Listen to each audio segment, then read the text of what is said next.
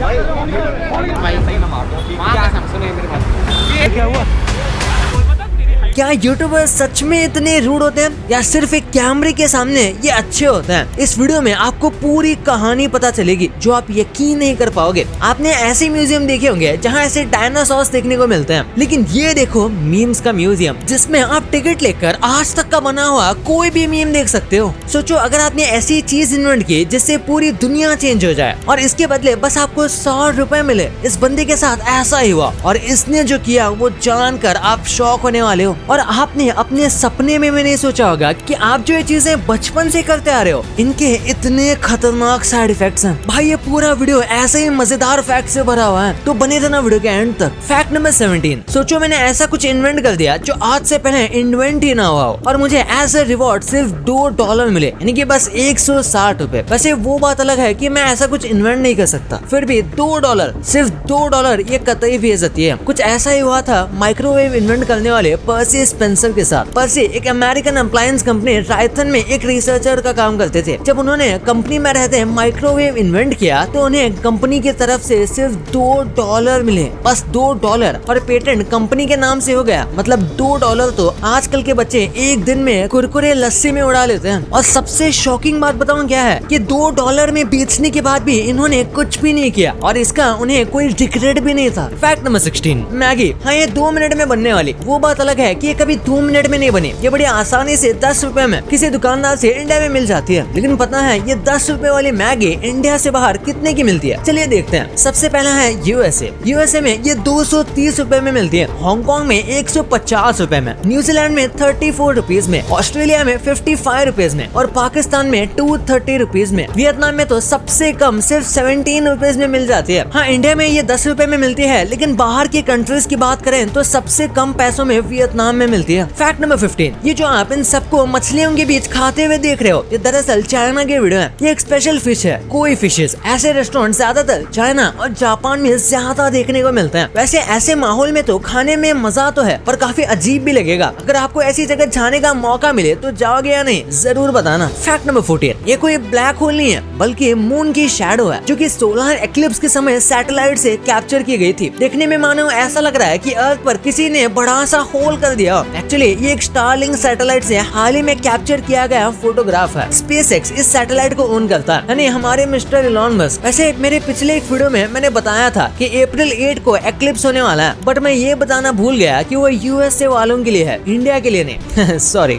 Fact number 13। घर की साफ सफाई तो हम सब ने की होगी। अब बताओ कि आपके घर की डस्ट में क्या क्या चीजें होती हैं? चलो छोड़ो, मैं ही स्क्रीन पर दिखाता हूँ। Plant dust, human hairs, animal fur, ये सब आपको देखने मिल जाएंगे। आप में से ज्यादा लोगों का आंसर इन्हीं सब में से होगा, जो कि सही बात है। लेकिन अब होगी शॉकिंग बात कि हमारे घर के डस्ट का 20 to 50% तक हिस्सा हमारे डेड स्किन सेल्स होते हैं। यानी टेक्निकली देखें तो हमारे घर का आधा कचरा तो हम ही है। हुआ। Fact number 12। सोचो जब आप अपने कंप्यूटर पर किसी रिलीजियस या धार्मिक वेबसाइट पर भजन सुन रहे हो और कोई वेबसाइट पॉप हो जाए। रिपोर्ट के अकॉर्डिंग रिलीजियस वेबसाइट पर 3 गुना ज्यादा खतरा होता है किसी वायरस को आपके कंप्यूटर का शिकार करने के लिए एज कम्पेयर टू अश्लील वेबसाइट्स। ऐसा इसलिए होता है कि मोस्ट ऑफ द अश्लील वेबसाइट्स के ओनर वेबसाइट के सिक्योरिटी के लिए हजारों लाखों रुपए खर्च करते हैं, जिनसे उनका सॉफ्टवेयर अप टू डेट होता है और वायरसेस से सेफ भी होता है। जबकि रिलीजियस वेबसाइट के ज्यादातर ओनर किसी लोकल चर्च या मंदिर के होते हैं, जिन्हें ये नहीं पता होता कि वेबसाइट को सिक्योर कैसे किया जाए। ऐसे में उनके सॉफ्टवेयर आउटडेटेड हो जाते हैं और वायरस आसानी से ऐसे वेबसाइट्स में अपनी जगह बना लेते हैं। Fact number 11। ये चीज तो आपने बहुत जगह देखी होगी, banks, hospitals, offices, railway station और ना जाने कहाँ कहाँ। अब बताओ ये देखकर आपको क्या याद आ रहा है? ऑब्वियसली लंबी देर तक बैठना,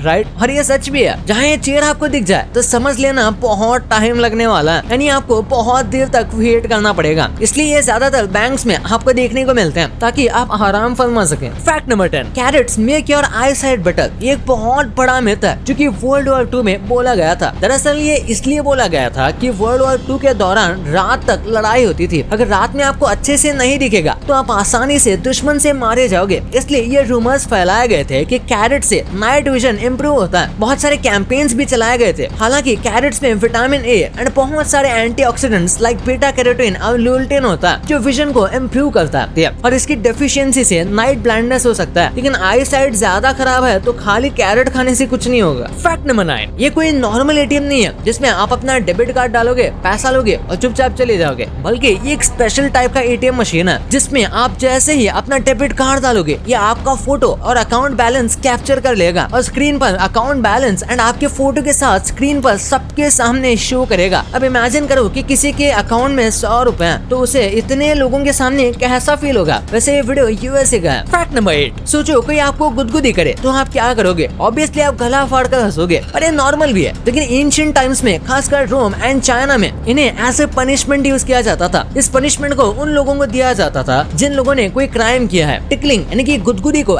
एज ए इंटरोगेशन भी यूज किया जाता था, जिसमें कल्प्रेट को फोर्सफुली गुदगुदी की जाती थी जब तक वो जवाब ना दे दे, और कभी कभी ये इतना पेनफुल होता था जिससे आदमी की मौत भी हो जाती थी। फैक्ट नंबर 7, इस शख्स को शायद ही कोई नहीं जानता होगा। इन महाशय का पूरा नाम है मोहम्मद सारिम अख्तर। इनकी ये कमर पर हाथ रखने वाली क्लिप 2019 में पाकिस्तान वर्सेस ऑस्ट्रेलिया के मैच में वर्ल्ड कप में वायरल हुई थी। हांगकांग के म्यूजियम ऑफ मीम्स में इन्हें तो फीचर्ड भी किया गया एज ए डिसअपॉइंटेड फैन, लेकिन इनकी पत्नी जी इनके वायरल होने से ज्यादा खुश नहीं थी। एंड ये ऑब्वियस भी है, कौन पत्नी चाहेगी कि उसका पति एक मीम बन गया है। फैक्ट नंबर 6, अगर आप ऑफिस में वर्क करते हो तो आपको माइक्रोसॉफ्ट आउटलुक पता होगा। इसके डिफॉल्ट प्रोफाइल का सिलुएट यानी कि आप इसका आउटलाइन को देखोगे तो ये एक बहुत अमीर व्यक्ति का आउटलाइन है। गेस करो कौन हो सकता है? Bill Gates. जी हाँ, ये सिलुएट बिल गेट्स का है। एक्चुअली ये 1977 के बिल गेट्स की फोटोग्राफ है जब बिल गेट्स बिना लाइसेंस के गाड़ी चला रहे थे। हालांकि इस फोटोग्राफ पर ऑफिशियली बिल का कुछ कहना नहीं है। फैक्ट नंबर 5, आजकल ये वीडियो इंटरनेट पर बहुत वायरल हो रहा है जिसमें एक बंदा हाथ में 2.5 kg का ईंट लेकर रोड क्रॉस कर रहा है। सामने से एक कार आ रही है तो उस कार वाले बंदे को ईंट दिख रहा है, मानो जैसे उससे ईंट से उसे मारना हो। ये वीडियो आयरलैंड का बताया जा रहा है जिसमें पेडेस्ट्रियन की सेफ्टी के लिए ये कैंपेन चलाया गया। इसमें सड़क किनारे 4-5 ईंट रखे होते हैं और जिन्हें रोड क्रॉस करना होता है वो सिंपली एक ईंट उठाकर रोड क्रॉस करते हैं, और सामने से कोई बाइक या कार है तो उसे ऐसे दिखाते हैं मानो आज उनका मोए मोए करना हो। हालांकि ये वीडियो फेक है, इसे अप्रैल फूल के दिन अपलोड किया गया था, ऑब्वियसली आपको फूल बनाने के लिए। फैक्ट नंबर 4, इमेजिन करो कि आपको माउंटेन की पीक पर चढ़ना है और आपके पास कोई भी बैकअप प्लान नहीं है। ये आपका लास्ट चांस है, आज तो आ नहीं तो पार। और सेकंड सिचुएशन इमेजिन करो कि आपको माउंटेन की सेम पीक पर चढ़ना है, लेकिन ट्विस्ट ये है कि आपके पास इस बार बैकअप प्लान है तो आप किस कंडीशन में सक्सीड करोगे? अकॉर्डिंग टू साइकोलॉजी आप पहले कंडीशन में सक्सीड करोगे। बैकअप प्लान का होना आपको एक कंफर्ट जोन के अंदर रखता है, आपके मोटिवेशन को कम करता है, आपको रिस्क लेने से डर लगेगा और इन सब में से आप अपने प्राइमरी गोल पर फोकस नहीं कर पाते। ऑब्वियसली एक्सेप्शंस हर चीज में है, फिर चाहे रियल लाइफ में हो या रियल लाइफ में। आपके अकॉर्डिंग क्या सही है, बैकअप प्लान का होना या नहीं होना? कमेंट्स में मुझे जरूर बताना, मैं सबके कमेंट्स देखता हूँ। फैक्ट नंबर 3, अगर आप लड़की हो तो आपने बचपन में इस डॉल के साथ जरूर खेला होगा, जैसे शिनचैन में नैनी घर घर खेला करती थी। वैसे इस डॉल का नाम बारबी है, लेकिन बारबी आप बुलाते हो, लेकिन आप इसका पूरा नाम नहीं जानते होंगे। इस डॉल का पूरा नाम पूछूं तो 90% लोग फेल हो जाएंगे। इसका नाम है बारबी मिलिसेंट रॉबर्ट्स। ये है इस डॉल का पूरा नाम। जब आप छोटे थे तो आपने कभी सोचा था कि इस छोटी सी डॉल का इतना बड़ा नाम भी हो सकता है? ऐसे कमेंट में जरूर बताना कि आपने कभी इन डॉल्स के साथ खेला है कि नहीं। फैक्ट नंबर 2, जंक फूड का नाम सुनकर आपके दिमाग में क्या ख्याल आ रहा है? बर्गर, पिज्जा, सैंडविचेस या फिर गोल मटोल मोमोज। और ये हमें बहुत अच्छे भी लगते हैं, भले हमारे पेट का मोए मोए हो जाए। सुनने में आपको अजीब लग सकता है, लेकिन एक्सेस अमाउंट में जंक फूड खाने से आपको टाइप 2 डायबिटीज, कार्डियोवैस्कुलर डिसीज और इवन कुछ केसेस में ये कैंसर जैसी भयानक बीमारी के रिस्क को भी बढ़ाता है। कुछ लोग बोलेंगे कि हम तो रोज खाते हैं, हमें कुछ कहाँ हुआ? तो शुक्र मनाओ कि अभी तो कुछ नहीं हुआ, क्योंकि अगर आपने इन फूड को कंट्रोल में नहीं किया तो जंक फूड का मतलब सिर्फ बर्गर और पिज्जा नहीं होता। इवन जो आप 10 रुपए के कुरकुरे चिप्स खाते हो ये सब भी जंक फूड में आता है। माना कि ये सब कभी कभी दोस्ती यारी में चल जाता है, लेकिन इनको एक्सेस अमाउंट में खाने से आपको ओबेसिटी और यहाँ तक कि आपके लिवर पे डैमेज हो सकते हैं। आजकल के नन्हे मुन्ने जो बच्चे हैं उनके पेरेंट्स भी यही कर रहे हैं। बच्चा रो रहा है तो बच्चे को कुरकुरे खरीदो, कोल्ड ड्रिंक ले दो, जो कि बिल्कुल गलत है। छोटे बच्चों को तो सॉफ्ट ड्रिंक से दूर ही रहना चाहिए। ये सिर्फ उनके टेस्ट बड को नहीं बिगाड़ता बल्कि उनके डाइजेस्टिव सिस्टम को झंझोड़ देता है, जिससे इवन उन्हें डाइजेशन में दिक्कत होती है। फैक्ट नंबर 1, यूट्यूबर्स कई बार गलती से एक्सपोज हो जाते हैं या फिर उनका असली रंग दिख जाता है, पर ये कितना सच होता है? सबसे पहले सौरभ जोशी की बात करें तो कई लोग कहते हैं कि ये खुद अपने फैंस तक को भाव नहीं देते। छोटे यूट्यूबर जब इनसे अपना यूट्यूब चैनल प्रमोट करवाने आते हैं तो सिंपल ये मना कर देते हैं कि मेरे पास टाइम नहीं है। और एक बार इन्होंने गलती से ये बोल दिया था कि उत्तराखंड और हल्द्वानी इनकी वजह से फेमस हुआ है, इनके व्लॉग की वजह से लोग उत्तराखंड और हल्द्वानी को जानते हैं, जिसके बाद इन्हें काफी बैकलैश मिला था और कई लोग इनके पुतले तक को जलाने लगे गए थे, जिसके बाद इन्होंने अपनी इस बात के लिए माफी भी मांगी। सेकंड में है इट्स ओवन, जिनके यूट्यूब पर लिटरली 3 मिलियन से भी ज्यादा सब्सक्राइबर्स थे और फिर भी इनके यूट्यूब चैनल को यूट्यूब वालों ने ही बैन कर दिया। वैसे इनमें यूट्यूब वालों की गलती नहीं है, बल्कि इनकी ही गलती थी और ये कुछ ज्यादा ही फेक चीजें अपने वीडियोस में बताते थे। और इन सब में से सबसे स्ट्रॉन्गेस्ट रीजन था इनके चैनल का टर्मिनेट होने का, कि इन्होंने एक यूट्यूबर टेक्नो ब्लेड के डेथ का बहुत बड़ा इनअप्रोप्रिएट तरीके से फायदा उठाया, वो भी मिस्टर बीस्ट के नाम पर, और यही रीजन था कि इनके चैनल का बैन बच गया। फिर बात करते हैं खाबी लेम की। इनके चैनल का बैन लिटरली थोड़ा अजीब था। आप बताना इनके चैनल का टर्मिनेशन होना चाहिए था कि नहीं। वैसे ये एक बहुत फेमस बंदा है टिकटॉक पर, मतलब ये स्टार्टिंग में टिकटॉक से ही फेमस हुए थे। इनके करंटली टिकटॉक पर 160 मिलियन फॉलोअर्स है। अब कैसा लगेगा कि अनदर पर्सन खाबी के नाम पर वीडियोस बनाकर पैसे जनरेट करे। वैसे इन सब चीजों से तो हमें फर्क नहीं पड़ता, लेकिन यूट्यूब को जरूर फर्क पड़ता। हाँ, ये खाबी की ऑफिशियल चैनल की नहीं, बल्कि एक डुप्लीकेट चैनल की भी थी, जिस पर लिटरली 5 मिलियन से भी ज्यादा सब्सक्राइबर्स थे। ऐसा ही बैन और एक चैनल पर हुआ था जो कि खाबी की वीडियो डालता था, उस पर भी एक्चुअल में 5 मिलियन से ज्यादा सब्सक्राइबर्स थे। यूट्यूब पर इनके चैनल को बैन करने के यही रीजन थे कि ये बस कॉपीड कंटेंट डाला करते थे। फोर्थ में है जय स्टेशन, जो लिटरली अपने जिंदगी गर्लफ्रेंड को मरा हुआ बताकर व्यूज इकट्ठा कर रहा था। इसने अपनी एक वीडियो में ऐसा टाइटल लिखा कि मेरी गर्लफ्रेंड मर गई है, और इस वीडियो में इसने खूब रोया। और उसके एक दिन बाद इसने दूसरी वीडियो बनाई जिसका टाइटल था playing Ouija board with my dead girlfriend. मतलब ये क्या मजाक है, शायद हमारे लिए होगा लेकिन इसके गर्लफ्रेंड के लिए नहीं। वो लिटरली इस बात से बहुत दुखी थी और रो भी रही थी। इसका एक क्लिप भी वायरल हुआ था जिसमें इसने बताया था कि इसका बॉयफ्रेंड कितना सेल्फिश है, और बाद में बहुत सारे यूट्यूबर्स ने इसकी गर्लफ्रेंड को सपोर्ट किया और एट द एंड इसका चैनल यूट्यूब की तरफ से टर्मिनेट कर दिया गया। भाई इतना सब कुछ तो आपने जान लिया, पर क्या आपको इन स्कूल की अमेजिंग चीजें, या फिर आप कह सकते हो इन सीक्रेट चीजों के बारे में आप जानते थे? और कैसे आप सामने वाले को बस एक वर्ड बुलवाकर उससे 3 करोड़ ले सकते हो? कैसे बस ये एक एग्जाम देने की वजह से लोग गरीब होते जा रहे हैं, और वो कौन सी एग्जाम है इस वीडियो में पता चलेगा। तो इस वीडियो को अभी दबा के देखो यार। अभी तक चैनल को सब्सक्राइब नहीं किया तो चैनल को सब्सक्राइब करके वीडियो को लाइक कर देना। तो मिलते हैं अगले वीडियो में, तब तक के लिए